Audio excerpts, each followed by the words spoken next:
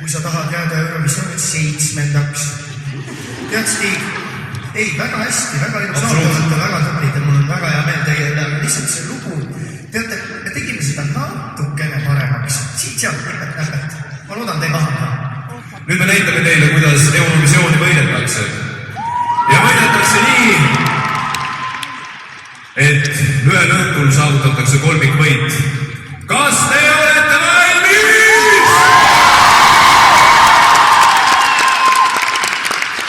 Rahvas püsti! 5, 4, 3, 2, 1.